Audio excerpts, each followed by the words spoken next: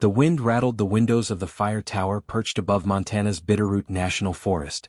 William "Bill" Thompson stood by the glass, his gray eyes, faded by time but sharp as ever, scanning the sea of pines below. The air carried the scent of resin and distant smoke, while the morning mist chilled his bones, seeping through the tower's thin walls. The wooden floor creaked under his worn boots as he moved from one window to another, clutching binoculars that had become an extension of himself. On his forearm, barely visible beneath a faded flannel shirt, an eagle tattoo flexed, a relic of his Marine Corps days, a symbol he never explained. Below, at the base of the tower, young Forest Service workers bantered while unloading gear from a pickup truck. Their voices drifted up to Bill, sharp and stinging like the wind. "Grandpa Bill still playing lookout?" scoffed Tyler, a tall kid whose new uniform vest gleamed in the sunlight. "Time for him to retire," added Matt, waving a tablet loaded with satellite maps. They laughed, oblivious to Bill's hand tightening around his binoculars. He'd faced worse than their taunts in Vietnam, but the dismissal cut deep. Then he saw it, a glint of steel in the trees too deliberate for nature. And what happened next changed everything. Bill Thompson had manned this tower for 38 years, longer than most of these kids had been alive. He knew every slope of the Bitterroot, every stream hidden in the spruce shadows, every track left by deer or bear. His life was tied to this tower, a solitary post where he found peace after turbulent years. Vietnam had left scars, invisible but deep, memories of jungles where he, a young Marine scout, tracked enemies in stifling silence, the loss of a family that fell apart when he returned a stranger. In his pocket, a worn dog tag clinked softly, etched with William Thompson, U.S. Marine Corps. He touched it when the world pressed too hard. That morning, as the sun struggled through thick fog, Bill spotted something unusual. A faint metallic gleam in the valley, beyond a ridge where pines grew thickest.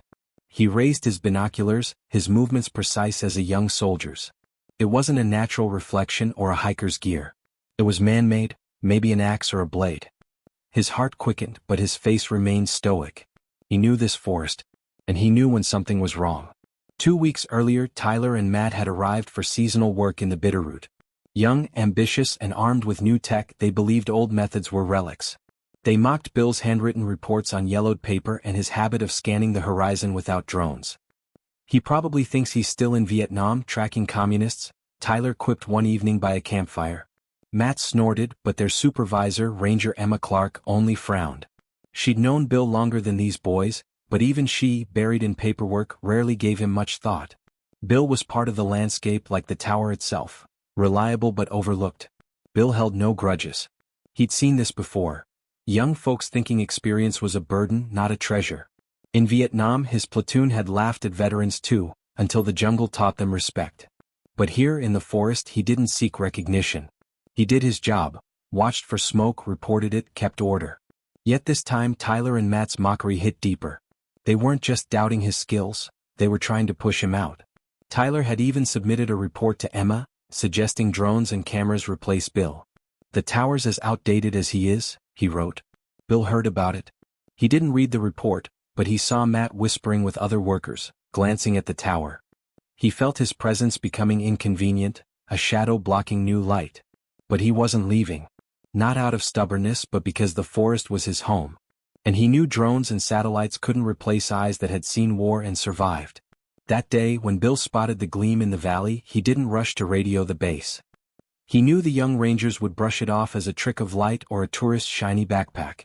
Instead, he grabbed his old rucksack, the same one he'd carried in the 70s, and descended the tower. His steps were slow but sure, like someone who knew every stone on the path. In his pocket was a small camera he kept for wildlife shots. His calloused fingers, hardened by decades of work, still remembered how to hold a rifle, how to lock onto a target. The forest greeted him with silence, broken only by the snap of twigs and a distant hawk's cry. Bill moved like a shadow, his boots barely touching the ground. He'd learned this in the jungle, where every step could be your last. The gleam came from a small clearing hidden behind a dense spruce grove. As he crept closer, he heard the low hum of a chainsaw and hushed voices. His pulse quickened, but he stayed calm. Crouching behind a fallen log, he pulled out his camera and snapped photos. 2 men in dark jackets, a chainsaw, a pile of freshly cut logs. Poachers. They were illegally felling protected cedars. Bill knew he couldn't stop them alone. But he also knew his photos were evidence Emma needed to call in law enforcement.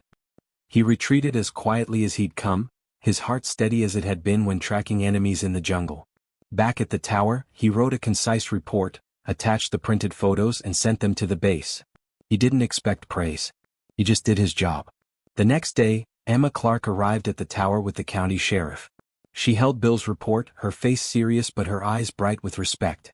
"Bill," she said, standing in the clearing below the tower where Tyler and Matt shuffled awkwardly, "you caught what we all missed. These photos are the evidence we need to stop the poachers." The sheriff nodded, his hand resting on his holster. "Good work, Mr. Thompson. We'll take them down today." Tyler and Matt stayed silent, their faces burning with shame.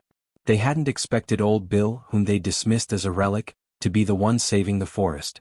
Emma turned to them, her voice sharp. "Maybe you should learn from Bill instead of mocking him." She looked at him, and in her gaze was something Bill hadn't seen in years: respect. But this was only the beginning. The days ahead brought challenges that tested not just Bill's endurance, but the hearts of those around him. The forest was preparing a new threat, and Bill would need to draw on everything he knew to protect those who once doubted him. To be continued in future parts. To find out how Bill Thompson proved his courage and how his quiet dedication changed the lives of young rangers, subscribe to Hoffman's Stories. Let's honor those who remain unseen but whose actions change the world. The fog lay heavy over the Bitterroot National Forest that morning, muffling the forest sounds like a blanket. Bill Thompson's tower hummed with gusts of wind, its wooden beams creaking like an old ship in a storm. Bill stood by the window holding a cracked-handled mug, steam rising from it. The scent of coffee mingled with the sharp tang of pine resin drifting in from outside. His eyes, as always, scanned the horizon, but today they held a trace of unease. The poachers he'd tracked were just part of a bigger problem. The sheriff had warned that a larger group was operating in the forest, their activity growing bolder. Bill sensed the forest was gearing up to test him again. It had been 2 days since Emma Clark and the sheriff praised him for his photos. Tyler and Matt, the young rangers who once mocked him, were quieter now, their glances tinged with awkwardness rather than scorn. They hadn't apologized, and Bill didn't expect them to. He knew respect came from actions, not words. But something in their behavior had shifted. They no longer joked loudly near his tower, and Matt had even brought him a thermos of hot tea one day, mumbling something about the cold. It was a small gesture, but to Bill it meant more than loud praise. Today, though, the forest was restless. Bill noticed it before dawn, when the hawks that nested nearby fell silent. The air smelled not just of pines but of something acrid, barely detectable, smoke but not from a campfire. He raised his binoculars and slowly swept the valley. There, beyond the ridge where he'd spotted the poachers before, a thin wisp of smoke curled, almost invisible against the gray sky. This wasn't a natural fire. It was something else. Bill descended the tower, his movements deliberate but swift. He slung his old rucksack over his shoulder, packed with essentials: camera, knife, rope, and a worn forest map marked with his own notations. The dog tag in his pocket clinked softly as he stepped onto the trail. His heart beat steadily, but his thoughts drifted to Vietnam. There, in the jungle, he'd learned to trust his instincts. Those same instincts guided him now. When he reached the spot where he'd seen the smoke, the forest was quieter than it should have been. No rustle of leaves, no bird calls. Only a low hum like the one he'd heard before. A chainsaw, but muffled, as if someone was working more cautiously. Bill crouched behind a large boulder, his knees aching slightly from age but his hands steady. He pulled out his camera and snapped photos. 3 men in dark jackets, not just with chainsaws but with canisters reeking of gasoline. They weren't just cutting trees, they were preparing something worse. Bill realized these weren't mere poachers. They were planning a fire to cover their tracks. A blaze in the Bitterroot could destroy hundreds of acres, threatening not just the forest but everyone working in this part of the park. His mind worked fast like it had in his youth, tracking enemies in the jungle. He couldn't stop them alone, but he could gather evidence and warn the base. Back at the tower, he sent an urgent message to Emma, attaching the new photos and precise coordinates. Suspected arson. Need immediate help, he wrote, concise as a soldier's report. Emma arrived an hour later with the sheriff and a small team of rangers, including Tyler and Matt. They found Bill at the tower where he'd spread out his map, pointing to the poacher's location. His voice was quiet but clear, like a battlefield order. They're there beyond the ridge. 3 men, gasoline canisters. If they light it, the fire will hit the North Valley in hours. Emma nodded, her face tense. You sure, Bill? She asked, though she knew his words didn't need checking. He nodded, his eyes meeting hers. I've seen this before. They won't stop. The sheriff called for backup, but the forest was already showing ominous signs. The smoke thickened and the distant crackle of fire echoed from the valley. Emma assigned tasks. Tyler and Matt were to stay with Bill and help evacuate tower equipment if the fire drew near. But Tyler, his confidence still intact, objected. "We're needed in the valley, not here with him," he said, nodding at Bill. Emma spun on him. "You follow orders, Tyler. Bill knows this forest better than any of us. If he says the fire's coming, you listen." Bill said nothing, but his gaze lingered on Tyler. There was no anger in it, just quiet certainty. He turned back to his map, pointing out trails to bypass the fire. But as the team moved toward the valley, the sky darkened abruptly. The wind picked up, carrying the smell of burning. The fire the poachers had started was spiraling out of control faster than anyone expected. The tower became a trap. Flames, fanned by strong winds, surged toward the northern slope where the tower stood. Bill, Tyler, and Matt were cut off from the main team. The radio crackled with fragments of messages about Emma and the sheriff trying to contain the fire, but smoke now obscured the horizon. Matt, his voice trembling with panic, turned to Bill. "What do we do? We're not getting out." Bill stood calm, his eyes assessing the smoke rising from the valley. He knew panic was the enemy. "Listen to me," he said, his voice steady as stone. "We take the western trail. It's narrow, but the fire won't reach it as fast." Tyler frowned. "How do you know? This is suicide." Bill didn't answer. He grabbed his rucksack, checked his rope and knife, and headed for the stairs. "You coming with me or staying?" he called over his shoulder. Matt, though scared, followed. Tyler hesitated but joined, his face pale.